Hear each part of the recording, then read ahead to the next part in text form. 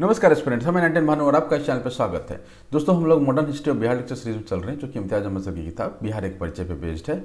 ठीक है, उसमें हम लोग जमींदारों का जो सेकंड फेज ऑफ रिवॉल्ट था वो आज देखेंगे। उसके अलावा हम लोग सिपाही म्यूटनी भी देखने वाले हैं इस वीडियो में। ठीक, तो आगे बढ़ने से पहले एक रिक्वेस्ट है, प्लीज़ लाइक सब्सक्राइब और शेयर कीजिए, अपने दोस्तों को भी बताइए। ठीक है दोस्तों, चलिए आते हैं टॉपिक पे। और दोस्तों मेरा डिस्क्रिप्शन जो है, इस वीडियो का जो डिस्क्रिप्शन है उसमें आप चेक कीजिएगा, आपको डिफरेंट लिंक्स मिल जाएंगे।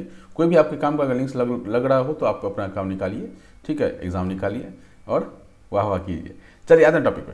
तो होता क्या है कि 1764-65 के आसपास जो है फर्स्ट फेज ऑफ जमींदारी रिवॉल्ट होता है। वहाँ पर जो उसके मेन हीरो थे वो आपके फतेह शाही जी थे, राइट। ये हमने देखा था। तो आपसे जो है कभी ये ऐसा नहीं पूछेगा कि फर्स्ट फेज ऑफ जमींदारी रिवॉल्ट पे आप एक छोटा सा ऐसे लिखिए, या second phase of revolt by जमींदार पे आप जो है थोड़ा शॉर्ट नोट लिखिए। नहीं, ऐसा नहीं पूछेगा। आपसे सीधा ही पूछेगा कि जो जमींदारों का रिवॉल्ट हुआ था उस पर एक छोटा सा नोट लिखिए। तो आपको क्या करना है, फर्स्ट फेज और सेकंड फेज को दोनों को मिक्स करके लिखना है। ठीक है, फर्स्ट फेज में हमने क्या देखा था, थोड़ा इसको रिकैप कर लेते हैं और फिर मूव करते हैं यहाँ पर। ठीक है, तो इंट्रोडक्शन देखा था। ठीक है, उसके बाद फर्स्ट फेज में देखा था कि मीर जाफर जो आपका ये बना था, नवाब बना था, तो उसको लोग अपोज कर रहे थे। तो इसमें ये लोग हैं सारे अपोज करने वाले हैं, राइट। इसके अलावा हमने फतेह शाही का रिबिलियन देखा था, जो कि 1765 से 1790 तक लगभग चलता है। और इनका एरिया और ये जो है और फोटो भी हमने देख लिया था, है ना। तो ये सब जो है एक जमींदारी रिबिलियन का एक पार्ट है, जो फर्स्ट फेज बोला गया है इसको। ठीक है, सन्यासी फकीर उसके बाद हमने देखा था, बट अभी उसको आउट ऑफ कंटेक्स्ट रखते हैं। ठीक है, तो यहाँ पर हम लोग सेकंड फेज देखने वाले हैं। तो फर्स्ट फेज में जो है कौन पिक्चर में आए थे, फतेह शाही जी। अब सेकंड फेज में कौन आएंगे, राजा चैत सिंह जी। ठीक है, 1781 में क्या होता है, वो 1764 में था, इसलिए उसको फर्स्ट फेज बोला गया। और 1781 में से अनदर फेज जो शुरू होता है उसको सेकंड फेज बोला गया, राइट। बट ऐसा आपको अलग से नहीं बोलना है, आपको सीधा मान के ही एक ही साथ मिला के ही चलना है कि भाई पहले फतेह सिंह जी ने किया, फिर चैत सिंह ने किया, फिर चैत सिंह जब कर रहे थे तो फतेह सिंह भी साथ में आ जाते हैं। इस तरह की बातें आप मिला के ही चलेंगे। ठीक है, एक छोटा सा आप नोट लिख लीजिए, ठीक है, जमींदारों का रिवॉल्ट पे, और वो सारा कुछ आप अपने पॉइंट के हिसाब से डिज़ाइन कर लीजिए। चलिए, तो पॉइंट्स मैं बता रहा हूँ आपको। 1781 का समय था और जमींदारों का एक दूसरा रिवॉल्ट शुरू होता है, राइट।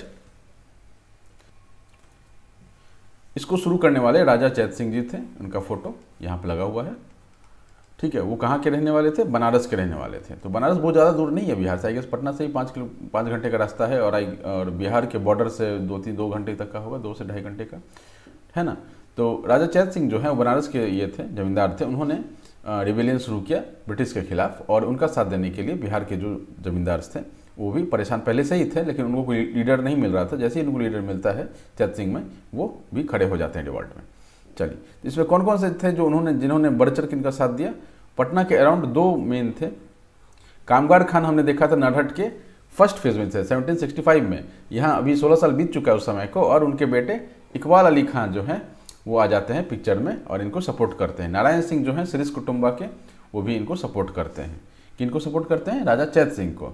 ठीक है, और ये क्या करते हैं कि पटना के आसपास वाले एरिया में जो है उपद्रव मचाना शुरू कर देते हैं। ठीक, मैंने उपद्रव एज इन अपने लोगों को नहीं परेशान कर रहे थे, ब्रिटिश लोगों को परेशान कर रहे थे। ठीक है, बट वर्ड ऐसा है ना कि हमेशा निगेटिव में ही समझ में आता है, राइट। तो इसी का फ़ायदा उठा करके राजा फतेह सिंह जो है वो भी पिक्चर में आते हैं। ठीक है, फटा पोस्टर निकला हीरो, है ना। तो पहले वो तो हीरो थे ही थे। अब क्या हुआ कि उनको जो है बाहर भगा दिया गया था, उनको सेटल कर दिया गया था, शांत कर दिया गया था। बट फिर जब देखते हैं रिबेलियन उठ रहा है तो वो झंडा लेके फिर खड़े होते हैं। ठीक, और वो क्या करते हैं, अजीत मल आपके गोरखपुर के जमींदार थे और कुछ और जमींदारों के साथ मिल करके 20,000 की सेना जो है वो एकत्रित कर लेते हैं। कितने की सेना, 20,000 की सेना। Now this number is not important, but ये नाम इम्पॉर्टेंट है कि राजा चैत सिंह को सपोर्ट करने वाले जो थे वो कौन थे, इकबाल अली खां और नारायण सिंह। ठीक, 2 नाम आपको याद रखना है। उस चीज़ का फ़ायदा उठा करके ये लोग तो साउथ बिहार वाले एरिया में थे, पटना एंड जो नीचे का जो एरिया है उधर में थे, है ना। तो नॉर्थ बिहार में भी कोई तो होना चाहिए। तो नॉर्थ बिहार में कौन था आपका, राजा फतेह सिंह जी पिक्चर में आते हैं, और अजीत मल के साथ और कुछ अन्य जमींदार भी थे, उनके साथ 20,000 सैनिक का वो एकत्रित कर लेते हैं। और बाड़गांव एक एरिया है, उसमें वो लोग प्लंडरिंग मचाते हैं, लूटपाट मचाते हैं। ठीक है, बट इनको डिफीट कर दिया जाता है ब्रिटिश के द्वारा और उनको भागना पड़ जाता है जंगलों में। अब ये थोड़ा 1-2 लाइन जो कहानी है ये ऑलरेडी हम लोग पढ़ चुके हैं, बट चूंकि लिखा हुआ था किताब में तो मैंने इसको भी उठा लिया। तो 1780 1781 के आसपास की बात है, 1781 के आसपास की बात है कि वो फिर से रिबेलियन में आते हैं अजीत मल के साथ और बाड़गांव वाले एरिया में लूटपाट मचाते हैं। इनको डिफीट कर दिया जाता है ब्रिटिश के द्वारा और उनको जंगल में भागने पर मजबूर कर दिया जाता है। बट फिर वो जंगल से बाहर आते हैं कुछ समय बाद और 1785 में एक आखिरी बार वो रिबेलियन करते हैं। ठीक है, राइट। अब ये है ना कि जब आपके हक की लड़ाई है तो आप अंत समय तक, अंत सांस तक करते रहेंगे, ऐसा कुछ था उनके दिमाग में। बट इनको फिर से डिफीट कर दिया जाता है और इस बार उनको जमींदारी से बेदखल करके छत्रधारी सिंह को जमींदार बना दिया जाता है। ये कब हुआ? 1791 में। बट इस टाइम पे लॉर्ड हेस्टिंग्स नहीं थे, बट जो भी वहाँ पर ये आपके थे गवर्नर थे, गवर्नर जनरल जो थे बंगाल के, उन्होंने ये काम किया था। ठीक है, तो ये तो हम लोग थोड़ा जैसे चैत सिंह का लाइन था, इनको सपोर्ट मिल रहा था, इसे थोड़ा भटक करके कहाँ चले गए थे अभी आपके फतेह सिंह जी पे। ठीक है, चैत सिंह यहाँ पर थे और फतेह सिंह यहाँ थे, इनके बारे में पढ़ने लग गए थे। वापस अब यहाँ से यहाँ पर पहुँचते हैं कि हेस्टिंग्स ने क्या किया। तो ये वापस हम लोग 1784 के आसपास पहुँचते हैं, जहाँ पर हेस्टिंग्स ने क्या किया, इन्हें मिलिट्री ऑपरेशन लगाया और सारे रिवॉल्ट्स को सप्रेस कर दिया। ठीक है, अब जब सब रिवॉल्ट सप्रेस कर दिया तो जो गुनहगार है उसको थोड़ी बहुत तो सज़ा मिलनी चाहिए, कुछ तो मिलेगा। चूँकि उच्च वर्ग के लोग थे, ये लोग जमींदार लोग थे, तो इनको ज़्यादा सज़ा नहीं मिल सकता था, नहीं तो पूरा पब्लिक ही भड़क जाता। बट छोटा मोटा सज़ा तो मिलना था। तो इकबाल अली खां का क्या कर दिया गया, जमींदारी ले लिया गया। नारायण सिंह को उनके जायदाद से बेदखल कर दिया गया और ढाका में उनको जेल कर दिया गया। ठीक है, विक्रमजीत सिंह जो हैं भोजपुर के, उनका भी जमींदारी ले लिया गया। मित्रजीत सिंह का जमींदारी ले लिया गया और माधव सिंह का भी जमींदारी ले लिया गया था। ये सब क्या है, इसके कॉन्सिक्वेंसेज हैं। किस चीज़ के कॉन्सिक्वेंसेज हैं? जो आपने डिवॉल्ट किया है, उसको सप्रेशन हुआ है, उसका जो आपका आफ्टर मैथ इफेक्ट है, आप ऐसा बोल सकते हैं, है ना, जो रिजल्ट है या आउटकम है कि मैंने इनको तो ज़्यादा परेशान नहीं कर पाए, लेकिन हमारा सब कुछ चला गया। राइट, तो ये कौन थे? Vikramjit Singh, Mitrajit Singh and Madhav Singh of Tirhut. ठीक है, ये तिरहुत के थे, ये टिकारी के, ये भोजपुर के। ठीक है, जो लोकल लोग होंगे शायद नाम जानते होंगे। तो ये इनका मिलिट्री ऑपरेशन, मैंने हमने जमींदारी का राजा चैत सिंह वाला जो था लाइन, उसको पढ़ लिया है। राइट, इसके बाद हमारा आता है वजीर अली ऑफ अवध। वजीर अली जो अवध के थे एक जमींदार, इन्होंने 1798 में 1798 में रिवॉल्ट किया। इस टाइम पे वेलेस्ली आ चुके थे। ठीक है, ब्रिटिश के खिलाफ रिवॉल्ट करते हैं और इनको साथ मिलता है किनसे? राजा मित्रजीत सिंह से, है ना। टिकारी के जो राजा थे मित्रजीत सिंह, इनसे इनको सपोर्ट मिलता है और एक रिबेलियन फिर से शुरू हो जाता है बिहार में। तो इसको भी सप्रेस कर दिया जाता है और जो भी इसका आफ्टरमैथ इफेक्ट रहा हो उतना इंपॉर्टेंट नहीं है। तो हमने क्या देखा कि जमींदारों के जब आप रिवॉल्ट के बारे में बात करेंगे तो सबसे शुरू करेंगे 1765 से। ठीक है, 1765 में कौन पिक्चर में थे? राजा फतेह सिंह, फतेह सिंह। ठीक है, उसके बाद 1781 की बात करेंगे आप, इसमें कौन पिक्चर में थे? इसमें राजा चैत सिंह थे। और एक आखिरी बात करेंगे 1798 का, 1798 का, जिसमें कौन पिक्चर में थे आपके? वजीर अली ऑफ अवध, वजीर अली ऑफ अवध। ठीक है, तो इन तीनों के बारे में बात करेंगे। जब 1765 की बात करेंगे तो इसकी पूरी बात बताएंगे, 1781 की बात करेंगे पूरी बात बताएंगे, और वजीर अली की बात करेंगे तो पूरी बात बताएंगे। ठीक है, एक और दो पॉइंट और अगर कहीं से मिल रहा हो आपको तो प्लीज़ लिख लीजिएगा और एक छोटा सा नोट बना करके रख लीजिए, उसको 2-4 बार पढ़िए, आपको दिमाग में सेट हो जाएगा। ज़्यादा कुछ है नहीं इसमें, इतना कुछ फैक्ट था नहीं, बस नाम वगैरह हैं जो आपको थोड़ा याद रह जाए तो ज़्यादा पॉइंट्स मिल जाते हैं ना। ठीक है, चलिए, तो ये हमारा जमींदारी का जो रिवॉल्ट था ये ख़त्म होता है और हम लोग मूव करते हैं सिपाही म्यूटनी पर। अभी सिपाही म्यूटनी जो है, ठीक है, सिपाही म्यूटनी जो है वो क्या है, मतलब जो सैनिक थे ब्रिटिश के, उनके ही सैनिकों ने क्या किया, एक अपने आका के अगेंस्ट ये म्यूटनी कर दिया। म्यूटनी मतलब आपका रिवॉल्ट कर दिया। ठीक है, तो यहाँ पर ये समझना जरूरी है कि ब्रिटिश जो हैं इनके सिपाही दो तरह के थे। ठीक है, इंडियन सिपाहीज थे, इंडियन सिपाहीज थे, और फॉरेनर बोल सकते हैं या गोरे सिपाही बोल सकते हैं या फिर वाइट सिपाही बोल सकते हैं, जो ब्रिटिशर ही थे लेकिन वो सिपाही के रैंक पर थे, सिपाही के रैंक, ऑफिसर के रैंक, इन चीज़ों पर थे। तो इंडियन सिपाही जो है वो क्यों रिवॉल्ट करेगा? उसका कारण ये है कि उसकी तो मैंने ज़मीन ले ली गई, ठीक है, उसका पैसा ले लिया गया, उनके लोगों को परेशान किया गया। तो इनका जो रीज़न ये होने वाला है, हमेशा याद रखिए कि रिवॉल्ट तभी होता है जब आपका इंटरेस्ट इफेक्ट होता है। जब तक आपका इंटरेस्ट इफेक्ट नहीं होगा तब तक आप रिवॉल्ट नहीं करेंगे। तो इंडियन सिपाहीज का रिवॉल्ट करने का कारण यही हो सकता है कि चाहे इमोशनल हो सकता है, ठीक है, या फिर उनका फिजिकल हो सकता है, कल्चरल गया हो, उन्होंने अति कर दिया हो, ब्रिटिश ने अति कर दिया हो किसी एरिया में, तो ये सब हो सकता है। वाइट सिपाही जो रिवॉल्ट करेंगे उसके लिए कारण क्या हो सकता है? उसके लिए बस एक ही कारण दिखता है कि इनको पैसा ढंग से नहीं मिल रहा होगा। जैसे नहीं लेबर लोग अपने जो आपका इंडस्ट्री होता है उसमें रिवॉल्ट कर देते थे, ठीक है। पोस्ट इंडिपेंडेंस इंडिया में भी ऐसा हुआ है कि जो लेबर यूनियन होता था वो धरने पर बैठ जाता था कि हम काम तब तक नहीं करेंगे जब तक आपका हमको ये भत्ता नहीं मिलेगा, हमको इतना पैसा नहीं मिलेगा, है ना। तो वो कब रिवॉल्ट करेंगे? जब उनको पैसा में कुछ आगे पीछे किया जाएगा तभी रिवॉल्ट करेंगे, ठीक। चलिए तो शुरू करते हैं इसके बारे में जो फैक्ट्स है। तो पहला जो हमारा पार्ट है, इतना जो ये पार्ट है, ये अपना इंडियन सिपाहीज पर है। तो इसका जो फर्स्ट म्यूटनी है, ठीक है। बाय द वे 1857 का जो क्रांति था, जो फर्स्ट वॉर ऑफ इंडिपेंडेंस था, ठीक है, उसको जो आपके बाहर के लेखक हैं, जो फॉरेनर लेखक हैं, वो क्या बोलते हैं? सिपाही म्यूटनी ऑफ 1857 भी बोलते हैं, क्योंकि ये सिपाही लोगों का ही म्यूटनी था, ठीक है, उनका रिवॉल्ट था, ठीक है। नो कॉमन लोगों का इसमें कोई दखल नहीं था। चलिए तो फर्स्ट म्यूटनी जो होता है इंडियन सिपाहीज का, वो कब होता है? 1764 में, ठीक है। क्यों होता है ये? मीर कासिम याद है आपको? मीर जाफर को हटा करके मीर कासिम को बनाया गया था, और मीर कासिम चाह रहा था कि मेरे कामों में इंटरफेयर ना हो, मैं अपने राज्य में स्वतंत्र रहूं, और इस चीज़ को मैंने उसका जो ब्रिटिश का जो इंटरफेरेंस था उसको हटाने के लिए वो मुर्शिदाबाद से अपना कैपिटल मुंगेर लेके आ गया था, ठीक। और वो क्या करता है, पटना में जो है आपका वहाँ पर जो पटना में जो फैक्ट्री का जो इंचार्ज था उसके अगेंस्ट ये कुछ कार्रवाई करता है, और फिर पीछे से पूरी सेना आ जाती है ब्रिटिश की उसको भगाने के लिए। वो पटना मैसेकर हमने पढ़ा था, राइट। तो ध्यान कीजिए, थोड़ा नहीं ध्यान आ रहा है तो पीछे का वीडियोस है वो जरूर देखिएगा, लिंक डिस्क्रिप्शन में आपको मिल जाएगा प्लेलिस्ट का, ठीक है। तो मीर कासिम को क्या होता है कि ये लोग ब्रिटिश जो है कार्रवाई करते हैं, क्योंकि इसके कारण क्या हो गया रहता है? पटना मैसेकर हो गया रहता है, ठीक। तो इसका जो कार्रवाई होता है तो बहुत लोग जो वहाँ पर जो सेना में थे वो मीर कासिम को अपना आइडल मानते थे, ठीक। अब इस किसी के आइडल को आप अगर क्षति पहुँचाएंगे तो वो लोग रिवॉल्ट में आएंगे ही आएंगे, ठीक है ना। यहीं पे ये लिखा हुआ है कि एक्शन जो हुआ मीर कासिम का अगेंस्ट, उसी में जो एक यूनिट था सिपाही का उसने रिवॉल्ट कर दिया, ठीक है। बट इसको चूंकि बट छोटा यूनिट था और उसके अंदर का ही बात था, तो उन्होंने इजीली उसको सप्रेस कर दिया, ठीक है। सप्रेस तो कर दिया, उसके बाद क्या किया? उसके बाद इनको तोप के सामने में बांध दिया, है ना, ये तोप इसके सामने में बांध दिया, है ना, और इसको उड़ा दिया। गोला इधर से दागा, ये उड़ गया। तो मतलब ये बहुत ज़्यादा मतलब हार्श पनिशमेंट कह सकते हैं उसको। मतलब अगर किसी को मृत्युदंडी देना है तो फांसी की सजा दीजिए आप, ठीक है, गोली मार दीजिए, बट तोप मारना इज मैंने बिग डील, ठीक है। तो tied to the mouth of the cannon and shot. इसके अलावा एक और छोटा सा रिवॉल्ट हुआ था सिपाही का मांझी में, छपरा के पास एक जगह है मांझी, वहाँ पर 1764 में आपका रिवॉल्ट हुआ था सिपाही का, जिसको इजीली सप्रेस कर दिया गया, और जो भी सिपाही इसमें इन्वॉल्व थे उनको कोर्ट मार्शल करके फांसी की सजा दे दी गई, ठीक है। तो ये तो आपका दो इंस्टेंस हो गया जहाँ पर इंडियन सिपाहीज ने आप रिवॉल्ट किया था, ठीक है। दोनों ही 1764 में हुआ है। एक का कारण मीर कासिम था, दूसरे कारण जो है कुछ क्लियर ऐसा लिखा मेंशन नहीं था। बट क्या होता है ना कि कुछ मतलब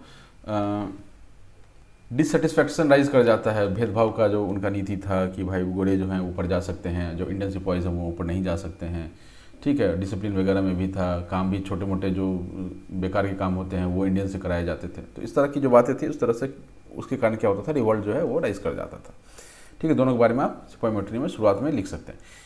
जो इम्पॉर्टेंट पार्ट है ये सब इस पर थोड़ा कम ही पूछा जाएगा, व्हाइट म्यूटनी पर पूछने का बहुत इंपॉर्टेंट चांस है, और ये प्री के लिए भी इंपॉर्टेंट हो जाता है, ठीक है। व्हाइट म्यूटनी, जब तक आप बिहार का इतिहास पढ़ेंगे नहीं तब तक ये व्हाइट म्यूटनी जो है वो सामने नहीं आता है। This is very important. इसके दो अलग और नाम हैं, ये प्री के लिए भी इंपॉर्टेंट है, प्री के लिए भी इंपॉर्टेंट है, ठीक है। इसको व्हाइट म्यूटनी को बट्टा म्यूटनी भी कहा जाता है, भत्ता या बट्टा, है ना। मुंगेर म्यूटनी भी कहा जाता है, क्यों? क्योंकि ये मुंगेर में हुआ था। कब हुआ था? 1766 में, ठीक है। तो मैं थोड़ी सी इसकी कहानी बता देता हूँ आपको कि इंडिया में जो है अपने 4 प्रेसिडेंसीज थे, 3 ही मान लीजिए इनिशियली, 3 प्रेसिडेंसीज थे। कौन से थे? Calcutta presidency, Madras presidency, Bombay presidency, ठीक है। ये 3 जो है आपके प्रेसिडेंसीज थे। इन प्रेसिडेंसीज में काम करने वाले जो रिक्रूटेड सोल्जर्स थे उनका तो अपना तनख्वाह मिलता था, ठीक है। अब जो इसमें रिक्रूट हुआ है लेकिन वो यहाँ पर जाके सर्व कर रहा है, मान लीजिए बिहार में जाके मुंगेर में सर्व कर रहा है, तो उसको क्या मिलता था? फील्ड अलाउंस मिलता था, ठीक है। तो जो आपका सैलरी है वो तो आपको मिलेगा ही, ऊपर से आपको फील्ड अलाउंस भी मिलता था। मतलब वो क्या हो जाता था, डबल भत्ता हो जाता था। एक भत्ता तो मिलता ही है सबको अपना सैलरी जो होता है ना। फील्ड अलाउंस जो है उसका डबल मिलता था, तो वो डबल भत्ता हो जाता था। ठीक है, तो मान लीजिए यहाँ पर प्रेसिडेंसी में जो सेना सर्व कर रही होगी उसको 10 रुपये मिल रहे थे, तो यहाँ पर क्या मिल रहा होगा, 20 रुपये मिल रहा होगा। ठीक है, ताकि अपना वो चूँकि बाहर रह रहे हैं तो अपना जो गुजारा है वो निकाल सके आराम से। इस चीज़ को जो है किसने स्टॉप कर दिया, रॉबर्ट क्लाइव ने स्टॉप कर दिया। ठीक है, रॉबर्ट क्लाइव जो है, रॉबर्ट क्लाइव कौन है, 1757 battle of Plassey and 1765 treaty of Allahabad, है ना। 64 में मुनरो थे, लेकिन 65 में ट्रीटी ऑफ इलाहाबाद में रॉबर्ट क्लाइव आ जाते हैं। तो इन्होंने क्या किया, 1765 में जो है ये भत्ता जो है उसको बंद कर दिया। उन्होंने बोला कि पे पैरिटी होगा, सबको जो है इक्वल मिलेगा, जो सबका पूरा देश में चल रहा है रेट उसी के हिसाब से आपको मिलेगा। ऐसा नहीं है कि आप बाहर जाकर सर्व कर रहे हैं तो आपको ज़्यादा देंगे। इसी के अगेंस्ट जो है वो जो ब्रिटिश ऑफिसर थे वो लोग रिवोल्ट कर देते हैं। ठीक है, तो कुछ पॉइंट्स देख लेते हैं फॉर्मल वे में और हम लोग टॉपिक को क्लोज करते हैं। तो ये 1766 में जो प्रोटेस्ट था वो किसके द्वारा किया गया, European officers of East India Company's Bengal army. ठीक है, यूरोपियन ऑफिसर्स जो थे ईस्ट इंडिया कंपनी के, बंगाल आर्मी के। ईस्ट इंडिया कंपनी का एक मद्रास आर्मी था, ईस्ट इंडिया कंपनी का एक बॉम्बे आर्मी था, है ना। तो इस जो आपका बंगाल का जो आर्मी था उसका जो आपका यूरोपियन ऑफिसर था उसने किया था, क्यों किया था, क्योंकि रॉबर्ट क्लाइव ने क्या किया था, भत्ता को रिड्यूस कर दिया था। भत्ता क्या था, फील्ड अलाउंस था। ठीक है, भत्ता को रिड्यूस ही नहीं किया था, खत्म ही कर दिया था उन्होंने। आगे आएगा बिफोर 1766। अब ये बैकग्राउंड स्टोरी बता रहा है आपको कि जो ऑफिसर्स थे बंगाल आर्मी के उनको डबल भत्ता अलाउंस मिलता था। ठीक है, जिसको फील्ड अलाउंस भी बोलते हैं। और इनको क्यों मिलता था एडिशन ऑफ सैलरी में, to cover the expenses while station away from the presidency. अब बाहर है तो आपका खर्चा पानी ज़्यादा होगा, इसलिए रहना मतलब वहाँ पर आपको रेंट वेंट देना पड़ेगा, है ना। तो इस चीज़ों के लिए उनको एक्स्ट्रा पैसे मिलते थे। 1766 में रॉबर्ट क्लाइव क्या करते हैं, 1766 में रॉबर्ट क्लाइव ने क्या किया, as the governor of Bengal भत्ता अलाउंस जो है उसको इनलाइन कर दिया, those paid with other officers, paid to other officers. जो दूसरे लोगों को मिलता था वो उन्होंने ये अलाइन कर दिया। इससे क्या हो गया कि डबल भत्ता जो था वो रिड्यूस हो गया, है ना। डबल भत्ता जो है वो रिड्यूस हो गया। तो ऑफिसर्स और सैनिक जो थे घोड़े वाले, है ना, उनको क्या फील होता है कि हमको अनफेयरली ट्रीट किया गया है और वो प्रोटेस्ट करते हैं और बोलते हैं कि हम रिज़ाइन कर देंगे। ठीक है, तो अगर इंडियन सिपाही बोलता है रिज़ाइन कर रहे हैं तो कोई बात नहीं भाई, जा तू, है ना। ऐसे भी बोझ है हमारे ऊपर, अंग्रेजों की नज़र से बोल रहा हूँ मैं, दिल पे मत लीजिएगा। लेकिन अगर जो गोरे हैं सैनिक वो अगर बोल देते कि हम रिज़ाइन कर रहे हैं तो वो बोलता था अरे भाई तू रिज़ाइन करके जाएगा कहाँ, तुम्हारा देश तो इंग्लैंड में है, यहाँ से बहुत दूर है। ठीक है, शिप से जाना पड़ेगा, पैसा भी नहीं होगा तुम्हारे पास। तो उनके लिए वो कंसर्न रहते थे, इनके लिए कंसर्न इतने नहीं रहते थे। ठीक है, इनको तो तोप से ही उड़ा दिया, गोली से मार दिया, तोप से उड़ा दिया, जो मन आया सो किया। लेकिन इनके साथ ऐसा व्यवहार नहीं होता था। Clive with the help of few loyal officers, उन्होंने कुछ लॉयल ऑफिसर्स के साथ इस रिबेलियन को क्वेल कर दिया। ठीक है, और ब्लड सेड यहाँ पर देखने के लिए नहीं मिलता है, खून खराबा कुछ यहाँ पर देखने के लिए नहीं मिलता। तो क्लाइव ने क्या किया कि उस रिबेल को, जो रिबेलियन था उसको क्वेल कर दिया, सप्रेस कर दिया, और डबल भत्ता जो है वो रिस्टोर नहीं हुआ, हटा दिया गया था, अब वो रिस्टोर नहीं होता है। ठीक है, चलिए।